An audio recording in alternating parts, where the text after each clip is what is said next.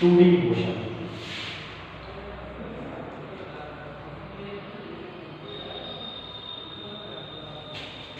2D motion. Now we have to completed almost straight line motion. Now we discuss the 2D, the two-dimensional motion we have to discuss.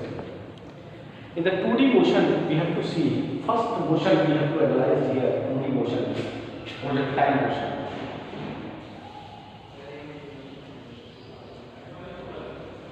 Projectile motion. If any particle is projected, projectile motion is simply, we can understand simply it is a two-dimensional motion. But if we are analyzing the simple motion, then we use it as a straight line motion. The simple straight line motion is that this is our y-axis and this is our x-axis. We have to look at it. If any particle that is to be projected here, the velocity makes an angle theta with the horizontal. So here we see that this particle goes like that.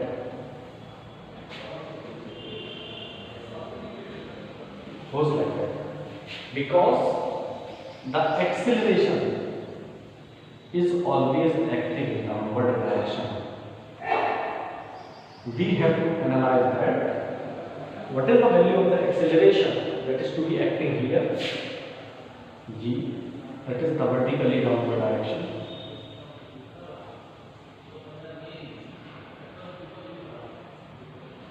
And this is always constant and the direction is always constant. So we have to use simple straight line motion because if acceleration is constant, we have to analyze straight line motion. So here we see the velocity has two components. The first component is v cos theta and this component is v sin theta. So here we simply analyze by projecting the light. We have to see if light is projected there, the particle moves. If the particle is here, the projection of the particle is here. Particle is here, projection of the light is here, projection of the light is here. It means we see the projection on the y-axis of this particles. If the particle location is here and the particle location is here, the projection of the particle is here. If the projection of the particle is here, if the projection of the particle is here, if the projection of the particle is here. These are the projections that is to be seen when the light is projected on this.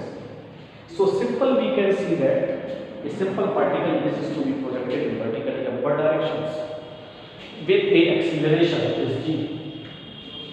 And here we see acceleration is acting downward.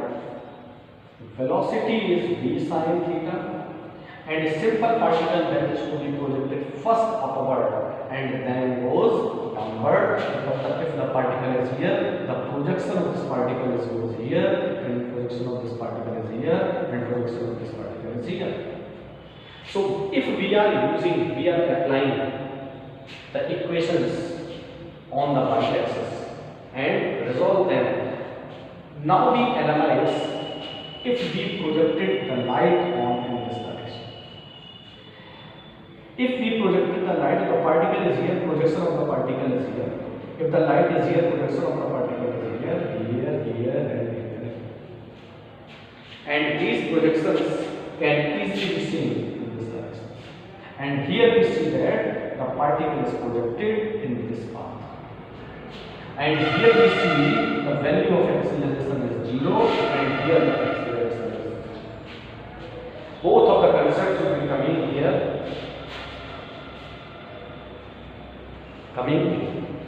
Now the simple using the light or projections, we analyze this motion. And simply we can say that projectile motion is a 2D motions.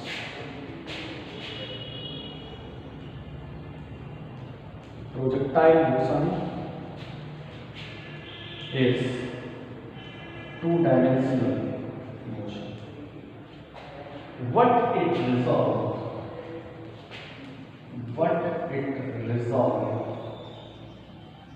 in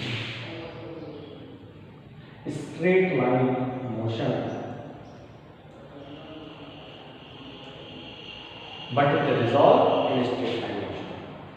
And this straight line, one is accelerated motion and second is acceleration is equal to 0. There are two types of motion. On the x-axis, acceleration is equal to 0, and on the y-axis, acceleration is equal to minus 1 because of the directions. So we simply analyze the projectile motion is the combination of the two types of motion. First is along the x-axis and another along the y-axis. So we have to calculate it, all the numerical data in the next lectures, time period, range and flight.